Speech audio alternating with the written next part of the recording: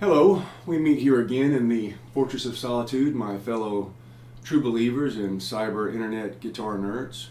This is the second episode of Intelli-Shred. I am Kevin Dillard, and you may notice that since our last meeting I'm a little bit hairier, a little fuzzier. I'm supplementing my income by picking up some acting gigs. I'm going to do the next Messing with Sasquatch video. And maybe even pick up like a Chewbacca stunt double for that next prequel or whatever. So today we're going to pick up where the last one left off, and we're going to continue to explore some possibilities for our tried and true pentatonic minor cages in E minor. A lot of times we build up this vocabulary of little licks, and then as we get more and more advanced, we abandon those earlier licks and shapes and patterns and sequences, thinking, well, I can't use those. That's something that I did in the infancy of my playing, and that's kind of baby stuff now, and I'm so much more advanced, I can't use them. And that's just simply not the case. What you need to do is re-examine those old shapes and patterns and find new creative ways to reinvent the wheel, so to speak, and it'll really push you to look at your playing and analyze yourself in a little different light. So what we're going to do is we're going to start with our tried and true 12th position E minor pentatonic box. A pentatonic minor box rather, is usually something we learn right after power chords. So I'm here in the 12th position, and I'm going to be playing on the 12th and 15th frets of both the first and second strings. That's the B and high E strings. I'm going to be doing a repetition lick, and I'm going to be doing a finger roll that's going to allow me to play two notes that are in the same position on adjacent strings without having them bleed together like a double stop. We're actually going to get note separation. And what I'm going to do is I'm going to rock my wrist, and you'll see it in a second. And what it's going to allow me to do is roll the finger across the string from pad to tip, if you will. And when it rolls across, it's going to give me that separation by alleviating the pressure on one fretted string to the other, and it's actually going to mute the string and stop them from bleeding together, and it's going to help me keep this as clean as possible. So here's the lick. Now you might notice that's where it's happening on the 15. I'm not getting this. I'm getting, you hear that E string's muted.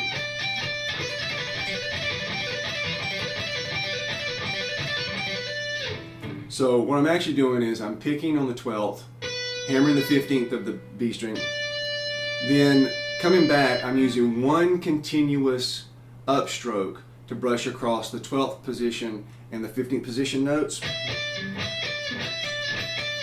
It's not bounce, bounce, it's not up, up. It's one continuous upstroke. And there you have it. You'd find this in the styles of Richie Kotzen and Greg Howe. You'll hear it a lot in Richie Kotzen, by the way.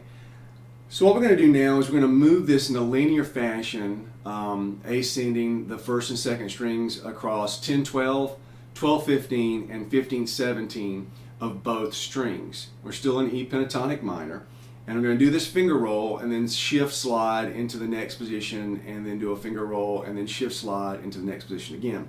So same frets on both strings, so it's kind of a no-brainer. You've just got really two finger shapes, a 3-fret shape and a 4-fret shape, and then back to a 3-fret shape. And so here's the lick.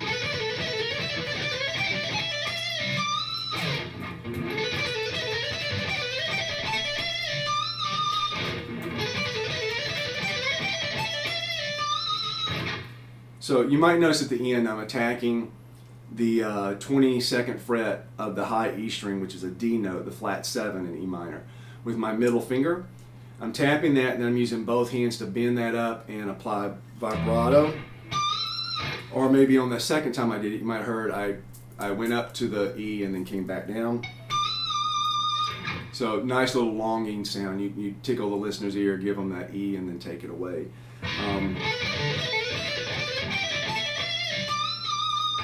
So I'm actually giving that shift slide note as much of a rhythmic consideration as I can.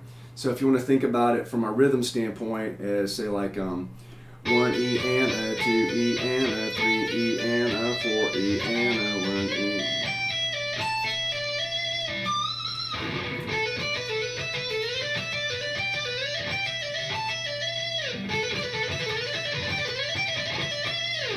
Just a nice little slippery sound there.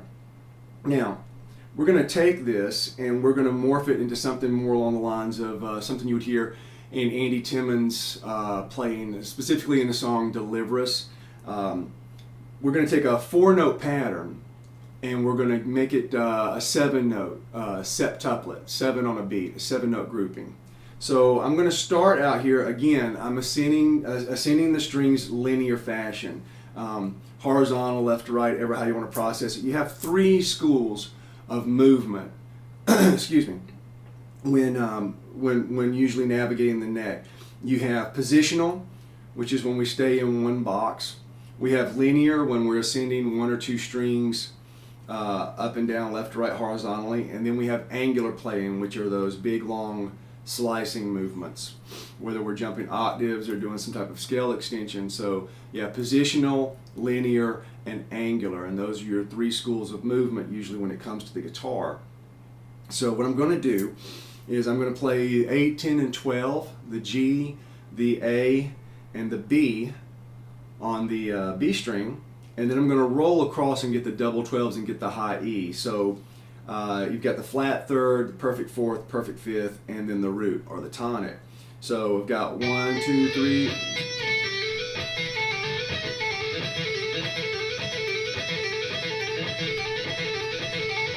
1, 2, 3, 4, 5, 6, 7. 1, 2, 3, 4, 5, 6, 7.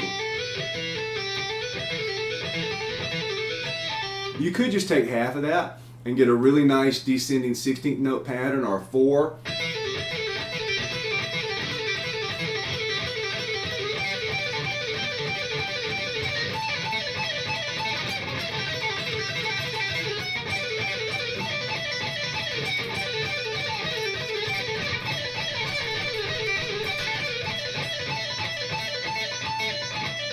But here we're going to get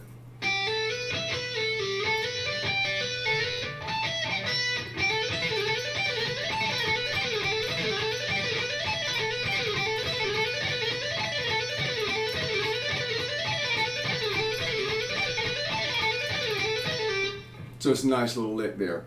And don't be afraid of these odd groupings. We're going to do some quintuplets a little later. So much of what prevails rhythmically in guitar playing, just by the nature of the layout of the shapes and patterns on the guitar, and the guitar being primarily a shape-based instrument as far as the way we see things on the neck, so much of what we do is 2s or 3s, 4s, 6s, 8s, and so it can get a little redundant. And this is our phrasing. You hear phrasing thrown around in interviews and magazines and on the internet and stuff like that. Your phrasing from a lead guitar standpoint is by a large part is like rhythm's influence on the sequencing and groupings in your playing. If you think about it, you have a rhythm to your speech patterns, whether you're happy, sad, angry, excited. Your rhythmic patterns don't stay the same. You know, you don't breathe like that, you don't blink like that, you don't walk like that, you don't talk like that. So you shouldn't play like that either. And normally, people think about rhythm guitar being just pick driven or right hand driven. And I really have a problem with like rhythm guitar and lead guitar. It helps to think about that in the beginning when we're learning, but really rhythm shouldn't be a right hand driven thing or a left hand driven thing. Rhythm should be here and here. You should be able to internalize it and feel it. So even your legato patterns can take on like rhythms and phrasings instead of just always being, you know, just these long redundant flurries of notes. Anything will get old to you and the listener after a while. So think about that. Also, these odd note groupings, they tend to give us the illusion that something's moving against the grain of the groove, you know, the pocket of the song, and that can draw the listener in and really speak to them and say, hey, pay attention, something different or important is happening right here, right now. So what I'm going to do next, I'm going to take that first little thing that we did in the 12th fret box, and I'm going to cross strings in that box using that finger roll to give me a descending sequence that again normally would be somewhat difficult to pull off any other way. So here it is.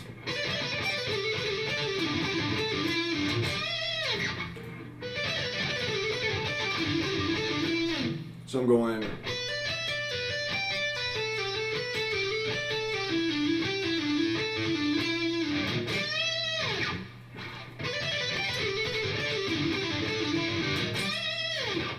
Okay, so that's a neat little lick. Now, the next thing I'm going to do is I'm going to come across this, and I'm going to use a triplet grouping that's going to involve our pentatonic minor extension. And all that is fancy geek speak for I'm taking this and I'm laying it out in a diagonal fashion. If you think Ace Frehley, Pat Travers, Ted Nugent, Jimmy Page, a lot of 70s pentatonic bass playing where you have that kind of, you know, and a lot of stuff gets kind of used for that kind of slip and slide movement or triplets. But what we're going to do here is we're going to take a little bit of that upstroke, like economy picking type thing, and we're going to rephrase this into these triplets that are actually like little U-turns that fall in on themselves and create a nice new sounding lick or sequence using this scale descending. And I'll be doing another video here really shortly. I promise it'll come a lot sooner than this one did on economy picking and that whole technique and how to get your feet wet exploring that if you're new to that. It's really, really beneficial, and there are some things that you'll find out can only be done using economy picking that you could really never comfortably alternately pick just by the sequence. I mean, some people can. I'm not wired that way, and I'm sure some of you aren't. Everybody has their own strengths and weaknesses, so anytime you can find another way to do something and make it more comfortable, I'm all for that. So anyway, back to the lick. This is the lick.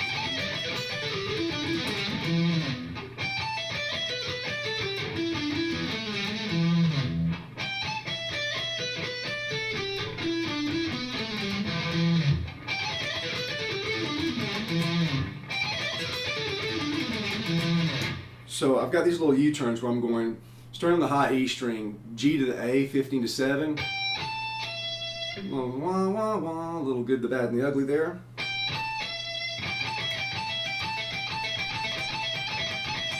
So it's a down and then one up to cover both those with a finger roll. Now I'm on the 15th fret of the B string at the flat 7D, and I'm going to go D to E, back to the B.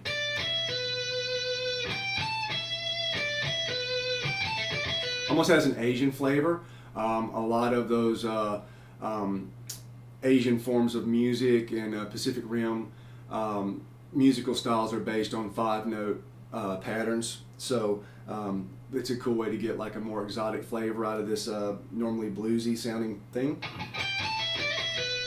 Then I'm coming back to the B string, 12-15 from the 5th to the flat 7, so I get the B again, to the A on the 14th fret of the G string. So far I've got 15, 17, 17, 15, 17, 16, 12, 15, 14. I'm going to continue across to the G string, 12, 14, 14, 12, 14, 14 on the D and the A strings, and then I'm going to do a little sneaky finger roll. I'm sorry.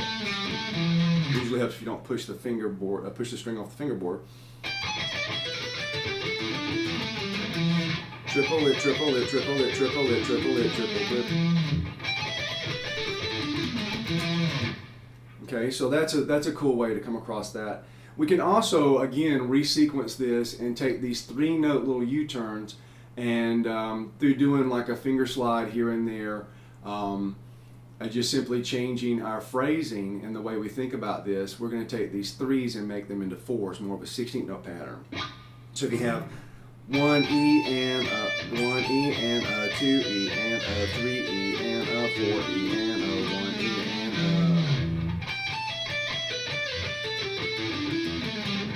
a. got an extra note that time.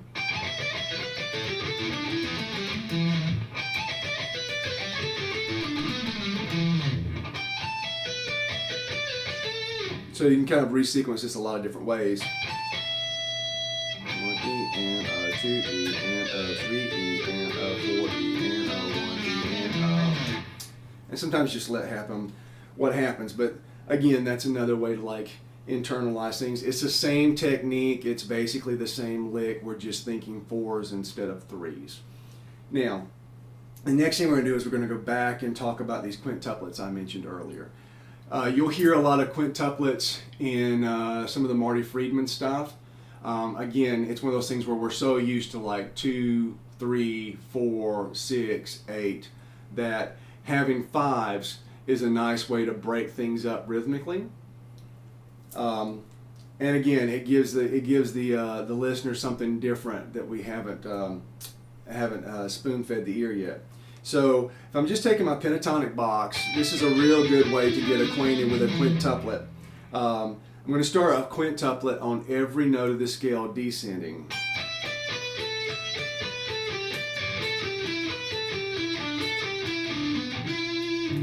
One, two, three, four, five. 1, 2, 3, 4, 5. 1, 2, 3, 4, 5. 1, 2, 3, 4, 5. 1, 2, 3, 4, 5. 1, 2, 3, 4, 5.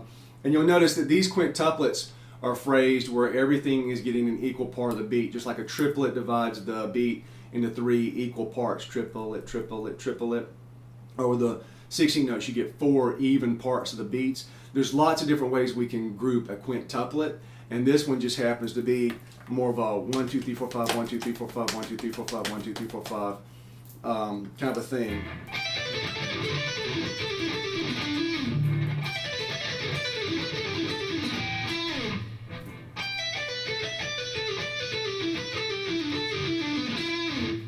So that's a nice little way to break that up. And you can work on picking that any number of ways, or like right now I'm using a combination of picked notes and pull-offs.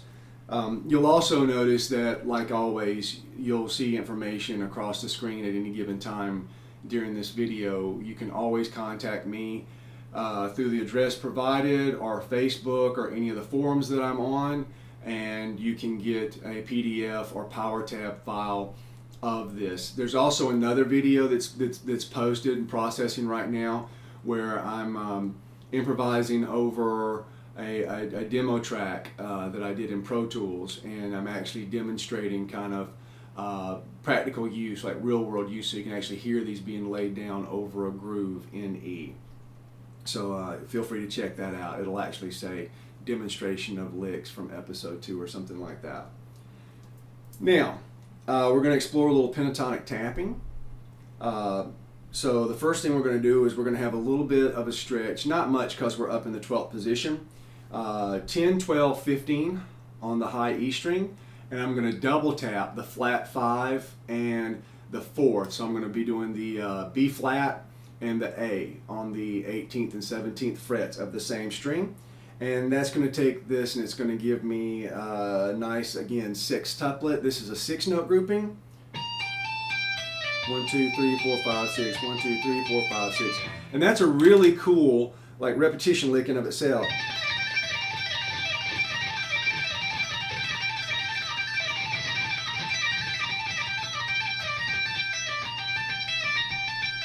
We could go back up it and get more notes, I guess.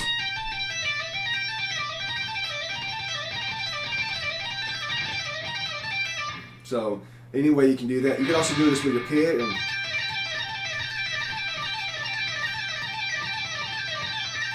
You could also do the Paul Gilbert thing with your sliding.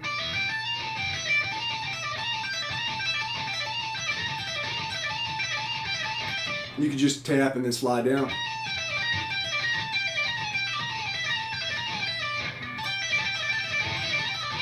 So there's a lot of ways you can slide it with your pick.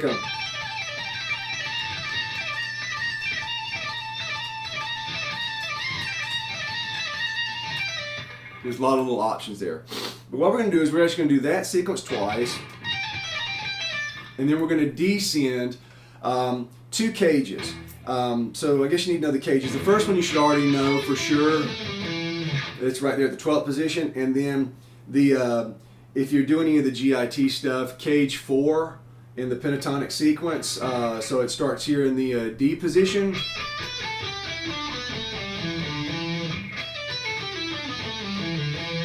Which is a nice position to play out of for some phrasing.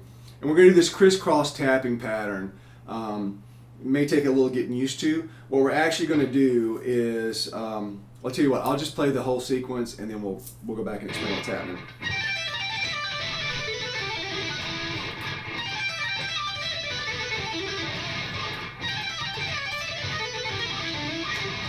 So,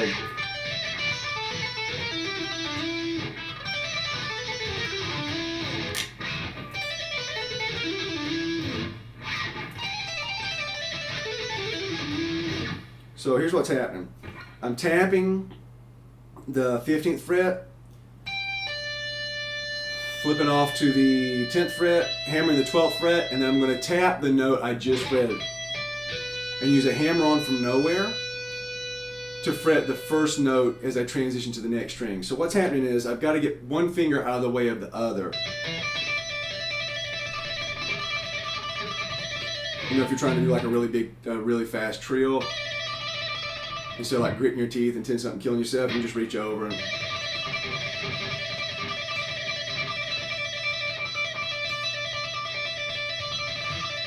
so if you get that little technique down. So I'm going here, 15, tapping 15, pulling off to 10, hammering 12, tapping 12, pulling off to 10, hammering on to 12 on the next string. Same mechanic again, 15, 10, 12, 12, 10, 12.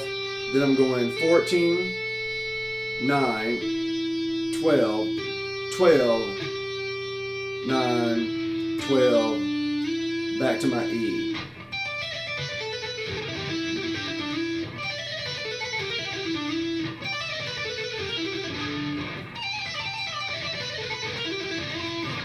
So it's a nice little run there. It might make your eyes cross the first couple of times, but loads of fun once you get it down.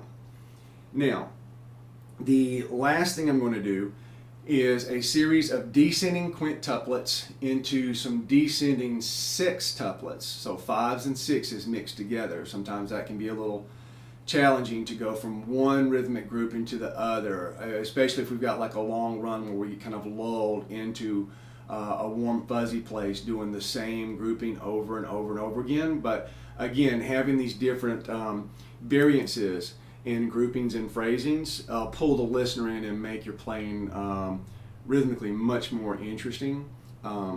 So sometimes it's not what you play but how you play it or when you play it, and sometimes it's not what you play but what you don't play and when and where you don't play. So all that goes down to phrasing, and we'll talk about phrasing a lot more.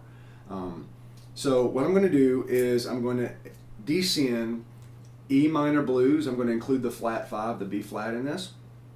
And I'm going to descend quintuplets. So it's going to be 3 notes on the E string, 2 notes on the B string. And remember before I talked about how to group like different quintuplets and stuff like that, or anything different, matter of fact. So the first quintuplet we had was more like 1, 2, 3, 4, 5. So like 1, 2, 1, 2, 3, 4, 5, 1, 2, 3, 4, 5, 1, 2, 3, 4, 5, 1, 2, 3, 4, 5, and everything was even. This is going to be more of a 3 and 2. So like if you think about it as like on each beat, like triplet and a triplet and a triplet and a triplet and a, 1, 2, 3, 1, 2, 3, 1, 2, 3, 1, 2, 1, 2, 3, 1, 2, 2, you get it, tongue-tied. So here's a little, if I was just doing this, 1, 2, 3, 4, 5, 1, 2, 3, 4, 5, 1, 2, 3, 4, 5.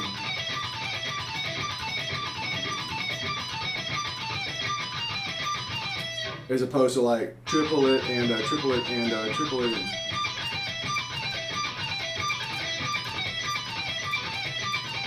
There's a difference.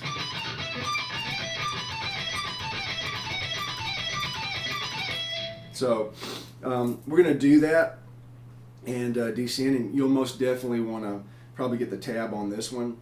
I don't know, there's probably a lot of you that are much better at this than I am. So I'm going to start here with my pinky on the 22nd fret. Sorry, I've got 27 frets. 22nd fret of the high E string. So I'm coming down the D note, the B note, the B flat, the G, and I'm starting on an upstroke. So I can go up, down, up. Again, I'm thinking of that as one upstroke. And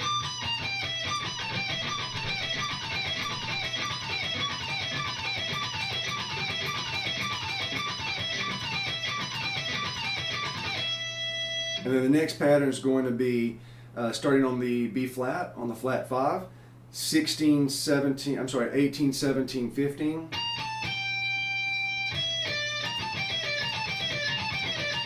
And then getting the E and the D on the B string, the 17th and 15th frets.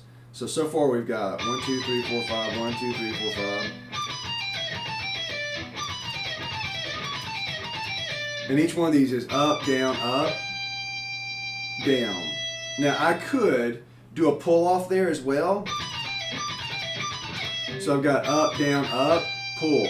And that's interesting as well, because then you get like one legato note in the middle of all this kind of like staccato pick attack, which is a real nice way to vary it up. And you'll hear that kind of thing mixing a legato, a hammered, a pulled note in the middle of like a picked grouping from Eddie Van Halen, Sean Lane, Paul Gilbert. They do that a lot of times, and it really adds flavor again to their phrasing. So we've come down the two strings, 22, 19, 18, 20, 17, and then I'm coming down 18, 17, 15, 17, 15. Now the next position is going to be from this pattern we tapped a while ago almost. I'm going to come through 17, 15, 12, 15, 12. So those are my 5s right there. 1, 2, 3, 4, 5, 1, 2, 3, 4, 5, 1, 2, 3, 4, 5, 1, 2, 3, 4, 5. The next is going to be a group of 6, sextuplet. So I'm coming down the E, the D, the B flat, the A, the G.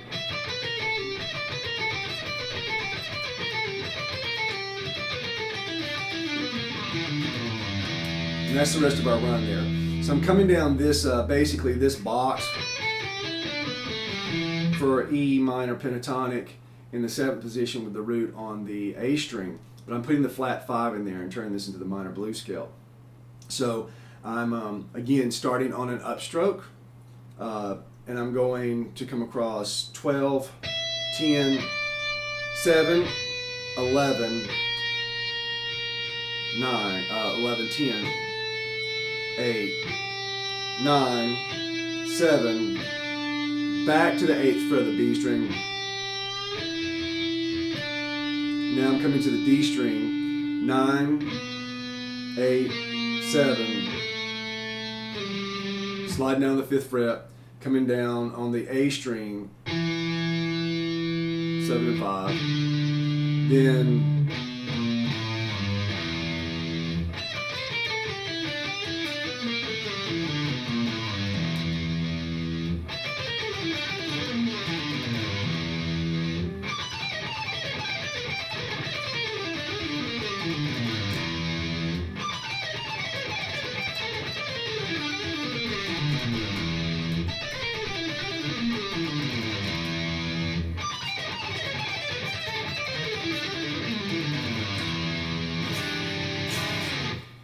alrighty, so that's it.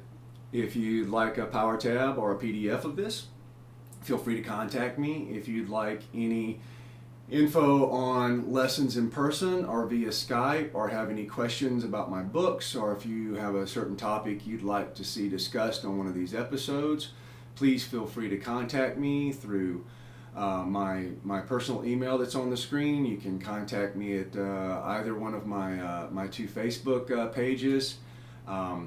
Huge thanks again to DiMarzio, Nocturne Guitars, Avid DigiDesigns, M Audio, DR Strings, Dunlop Picks, Morley Pedals, and all my friends at all the forums, Hammer Museum, the DiMarzio Forum, the Charvel USA Forum, the Comparison Forum, the John Petrucci Forum, the 11 Rack Users Discussion Forum, and Birds and Moons, and I'm sure there's somebody else out there I've forgotten. My apologies. So live long and prosper, and I'll see you real soon.